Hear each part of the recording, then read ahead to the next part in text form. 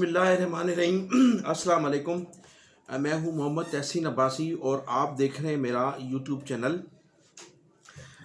ان دنوں ملک ریاض بڑی تیزی کے ساتھ خبروں میں وائرل ہو رہے ہیں، اور آج انہوں نے ایک خط تحریر کیا ہے مختلف ٹی وی چینلز پر، اور اس میں انہوں نے کہا ہے کہ میں دل میں ایک طوفان لیے بیٹھا ہوں، اگر راز افشا کیے تو بڑے بڑوں کی پتلونیں اتر جائیں گی اور ہزاروں لوگوں کی دھوتیاں اتر جائیں گی۔ یہ ملک ریاض کا کہنا ہے۔ ملک ریاض صاحب نے گزشتہ دنوں دبئی میں ایک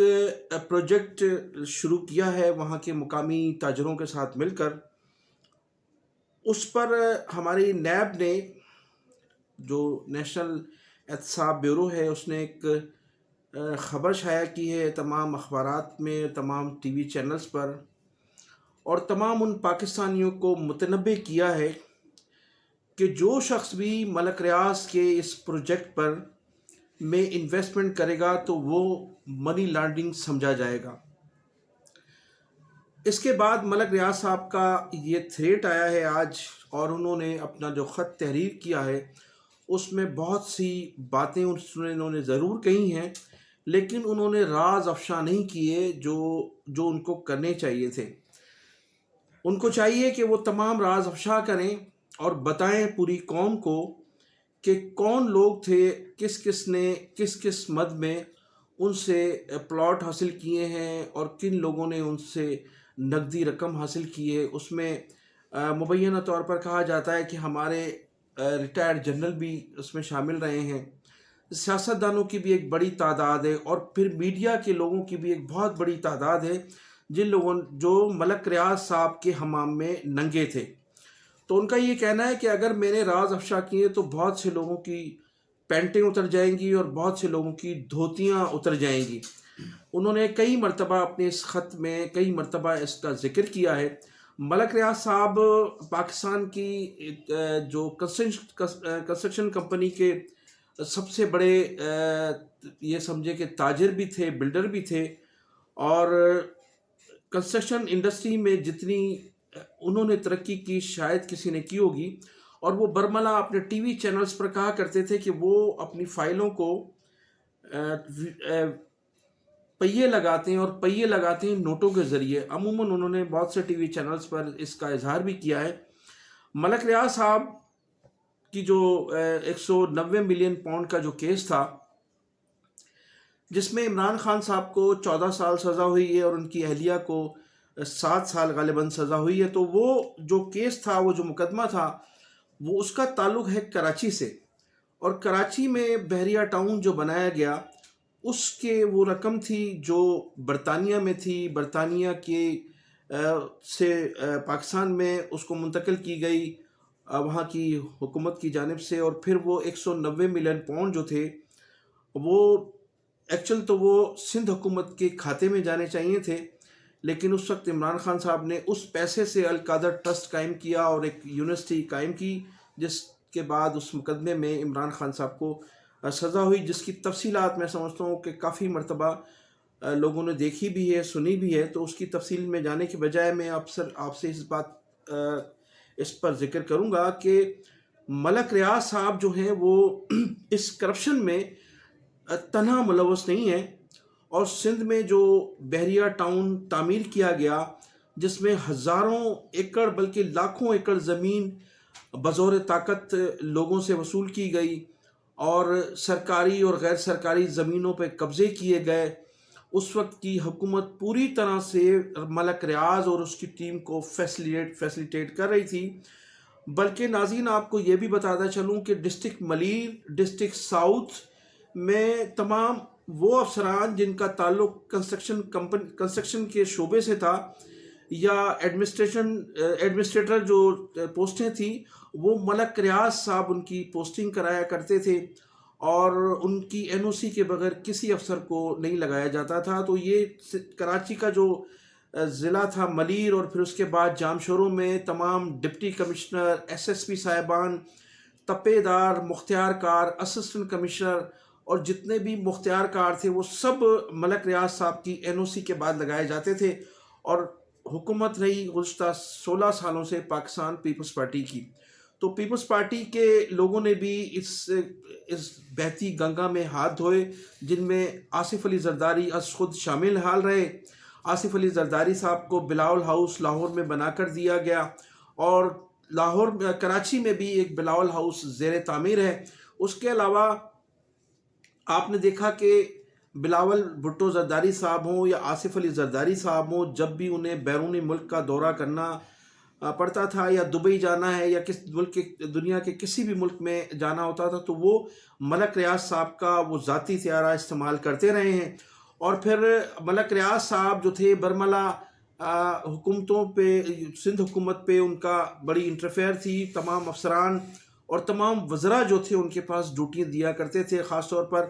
وزیر بلدیات جو رہے ہیں اس دوران، اس میں آغا سراج درانی صاحب تھے، اس کے بعد پھر شرجیل نام میمن، سید ناصر حسین شاہ، سعید غنی، جام خان شورو، یہ تمام وزراء جو تھے ان کے گھر کی لونڈی بنے ہوئے تھے، اور یہ تمام وزراء ان کے گھروں پر ڈیوٹیاں دیا کرتے تھے۔ اور سندھ بلڈنگ کنٹرول اتھارٹی کے افسران جن کا تعلق ضلع ملیر سے ہوا کرتا تھا، وہ یا جامشورو سے تھا، تو وہ تمام لوگ بھی ان کی جو پوسٹنگ اور ٹرانسفر پوسٹنگ ہوا کرتی تھی وہ ملک ریاض صاحب کی NOC کے بغیر نہیں ہوا کرتی تھی۔ تو یہ ملک ریاض صاحب، یہ جو 190 پاؤنڈ ملین کا جو مقدمہ تھا عمران خان پر، جس میں انہیں سزا دی گئی، اس میں ملک ریاض صاحب بھی ملوث تھے۔ تو ملک ریاض صاحب کے ساتھ ساتھ یہ پوری مشینری، چیف منسٹر سید قائم علی شاہ سے لے کر مراد علی شاہ، اور مراد علی شاہ سے لے کر یہ تمام وزراء جن کا تعلق وزارت بلدیات سے تھا، تو یہ تمام لوگ جو تھے اس بہتی گنگا میں اپنے ہاتھ دھوتے رہے،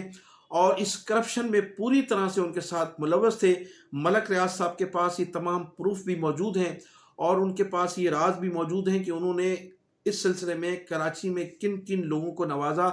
کون سے صحافی تھے جن کو بنگلے دیے گئے، جن کو پلاٹ دیے گئے، جن کو بیرونی ملک دورے کرائے گئے۔ ان میں بڑے معتبر نام ہیں، میں بہت سے ایسے لوگوں کو، صحافیوں کو جانتا ہوں جن کی میرے دل میں بڑی عزت ہوا کرتی تھی۔ جب ملک ریاض صاحب کی لسٹ سامنے آئی ہے تو وہ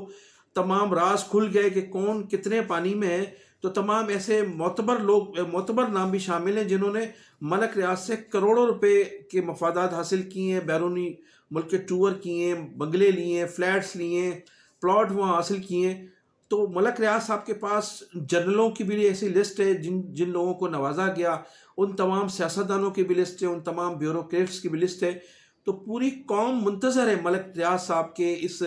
اس تھریڈ کے بعد کہ ملک ریاض صاحب، اگر آپ اس قوم اور اس ملک سے مخلص ہیں اور آپ چاہتے ہیں کہ پاکستان میں جو کرپشن ہے اس کا خاتمہ ہو، اور ایسے لوگ بے نقاب ہوں جن لوگوں نے آپ کے ذریعے اس ملک میں لوٹ مار کی، آپ ان کے ہیڈ تھے اور آپ کے ذریعے لوٹ مار کی گئی، اور تمام جو برائیاں تھیں وہ آپ کے سر لگائی گئی ہیں، آپ پر الزامات لگائے گئے ہیں، تو ان لوگوں کا نام ضرور سامنے آنا چاہیے، خواہ وہ جرنل ہوں، خواہ وہ ججز ہوں، یا ہمارے سیاستدان ہوں، یا جرنلسٹ ہوں۔ تمام لوگوں کی، تمام پوری قوم، پوری 25 کروڑ عوام آپ کی منتظر ہے، اور وہ چاہتے ہیں کہ ان تمام لوگوں کے نام منظر عام پر آئیں جن لوگوں نے اس ملک کو لوٹنے میں بڑا اپنا کردار ادا کیا ہے۔ خاص طور پر کراچی میں ہزاروں ایکڑ زمین جو تھی بزور طاقت خالی کرائی گئی، گاؤں کے گاؤں تباہ کیے گئے،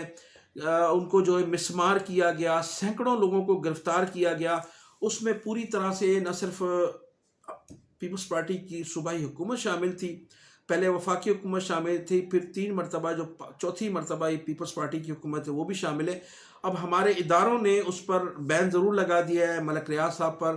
اور ملک ریاض صاحب کی اس پراپرٹی پر، اور ملک ریاض صاحب کی اس پروجیکٹ پر جو وہ دبئی میں شروع کرنے جا رہے ہیں، اور نیب کے ذریعے ایک لیٹر جاری کروایا ہے کہ جو بھی اس پروجیکٹ میں انویسٹمنٹ کرے گا اس کو منی لانڈرنگ، اس رقم کو منی لانڈرنگ سمجھا جائے گا۔ تو ہمارے ادارے جو مقتدر حلقے ہیں وہ یہ کیوں نہیں سوچتے، یا وہ ان لوگوں کے خلاف کارروائی کیوں نہیں کرتے جو ملک ریاض صاحب کے ساتھ گزشتہ 17 سالوں سے اس کرپشن میں ملوث رہے ہیں؟ اس میں اس کو ایک تو صدر مملکت صاحب ہیں خود اس میں ملوث ہیں مبینہ طور پر، پھر سندھ حکومت کے تمام اہم وزراء دونوں چیف منسٹر سید قائم علی شاہ، سید مراد علی شاہ، دونوں چیف منسٹر بھی ان کو فیسلیٹیٹ کرتے رہے. اس کے علاوہ جو وزراء تھے جن کے میں نے نام بتایا، وزیر بلدیات خاص طور پر اس میں ملوث رہے، ان لوگوں نے ان لیگل کنسٹرکشن بھی کروائیں اور ان لیگل طریقے سے ان کو مبینہ طور پر NOC بھی جاری کی جاتی رہی ہیں وزارت بلدیات سے، سندھ بلڈنگ کنٹرول اتھارٹی سے. تو ان لوگوں کو بھی اس کیس میں جو ہے اس مقدمے میں شامل کرنا چاہیے. وہ تمام مختار کار، وہ تمام تپے دار، ڈپٹی کمشنر، SSP صاحبان اور انوار جو راؤ انوار ہے جس نے سینکڑوں لوگوں کو اس بحریہ ٹاؤن کے سلسلے میں جو ہے وہ شہید بھی کیا، اور سینکڑوں لوگوں کو اس نے اس یہاں سے زمینیں خالی کرا کر ان لوگوں کو گرفتار بھی کیا. کہ تمام لوگوں کو ملوث ہونا چاہیے، اور نہ صرف ملک ریاض بلکہ ملک ریاض کے ساتھ یہ لوگ جو تھے پوری طرح سے ملک ریاض کو فیسلیٹیٹ کر رہے تھے. ہمارے اداروں کو یہ سوچنا چاہیے جو 17 سالوں سے خاموش تماشائی بنے ہوئے تھے، اس وقت اس سندھ کو لٹتا ہوا دیکھ رہے تھے اور اس سندھ کی زمینوں پہ قبضے ہوتے ہوئے دیکھ رہے تھے، اور سندھ کے ان معصوم لوگوں کو جن کے گاؤں تھے، گاؤں تباہ کیے گئے، ان کی تباہی دیکھ رہے تھے. اب چاہیے کہ ملک ریاض کے خلاف بھی کارروائی اگر آپ کرنے جا رہے ہیں تو اس کے ساتھ ساتھ ایک طویل فہرست بھی ہے. اس فہرست میں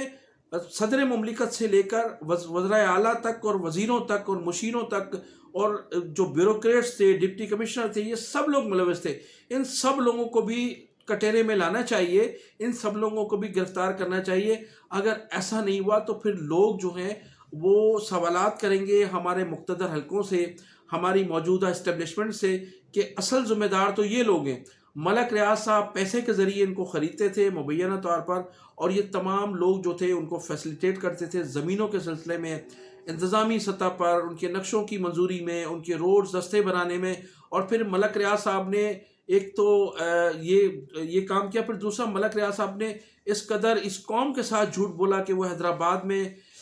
یونیورسٹی بنانے جا رہے ہیں، وہ بھی مکمل نہیں ہو سکی. اس میں بھی ان کی ایک بہت بڑا جو تھا وہ انہوں نے بلنڈر کیا تھا. اور پھر کراچی میں بھی جو انہوں نے وعدے کیے تھے وہ آج تک پورے نہیں کیے گئے. جب تک ملک ریاض صاحب کا بحریہ ٹاؤن چل رہا تھا تو انہوں نے کراچی میں سرمایہ کاری کے لیے بڑے خواب دکھائے تھے لوگوں کو، لیکن وہ کچھ بھی نہیں ہو سکا. وہ تمام انکوائریاں ہونی چاہیے، ان تمام لوگوں کو اس میں شامل حال کرنا چاہیے جو لوگ اس میں ملوث رہیں. لیکن محض ملک ریاض کے پروجیکٹ پر سرمایہ کاری کرنے والوں کے لیے یہ کہنا کہ یہ منی لانڈرنگ سمجھی جائے گی، میں سمجھتا ہوں انتہائی جو ہے وہ افسوسناک خبر ہے. اور جب اگر ملک ریاض صاحب نے جیسے کہ انہوں نے کہا ہے کہ میں دل میں ایک طوفان لیے بیٹھا ہوں، اگر اپنے راز افشا کیے تو بہت سے لوگوں، سینکڑوں لوگوں کی پینٹیں اتر جائیں گی اور ہزاروں لوگوں کی دھوتیاں اتر جائیں گی. تو ہمارے اداروں کو یہ سوچنا چاہیے اور ان کے خلاف بھی کارروائی ضرور کی جائے جو افسران، جو سیاستدان اس میں ملوث رہیں. اب میں ناظرین ذکر کروں گا مصطفیٰ عزیز آبادی جو متحدہ قومی موومنٹ کی 90 کے رابطہ کمیٹی کے کنوینر بھی ہیں. انہوں نے کہا کہ سندھ کی جو موجودہ